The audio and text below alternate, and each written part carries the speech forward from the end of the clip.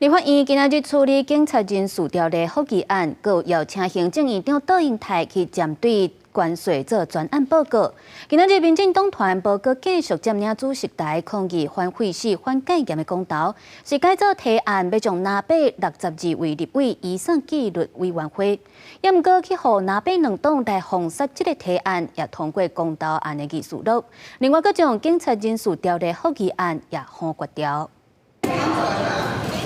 伫立法院议场中央放拍红车的大字议事录，民进党团不完顶个月25，立法院甲反废死、反戒严两项公投案直接交付议途，小连续真侪届阻碍立法院的议会进行。暗过11，无过占领主席台，由武道专门讲提案甲立法院长韩国瑜在内的62个南北立委移送纪律委员会。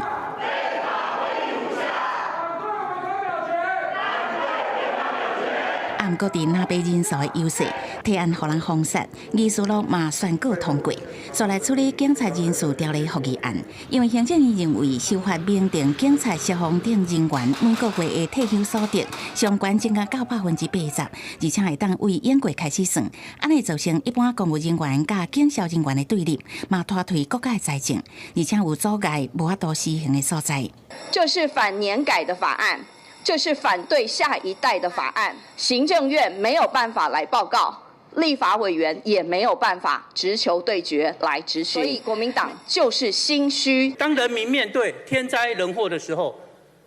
这些警消是往人们逃难的反方向去接近这些危险，去用生命来保护我们的国人。那政府本来应该就要对他们献上最高的敬意。这么郑重的呼吁，请给我们的警消人员应该有的保障。 不是给多高，只是希望他们在工作的时候是有尊严的，退休是有保障的。立法院对复议案搁再上演表决大战，不过因为民进党立委人数较少，一定复议案也是会互人否决，将为行政院长杜英泰第6届复议案失败，创下咱国宪政史上的历史记录。公司新闻采访报道。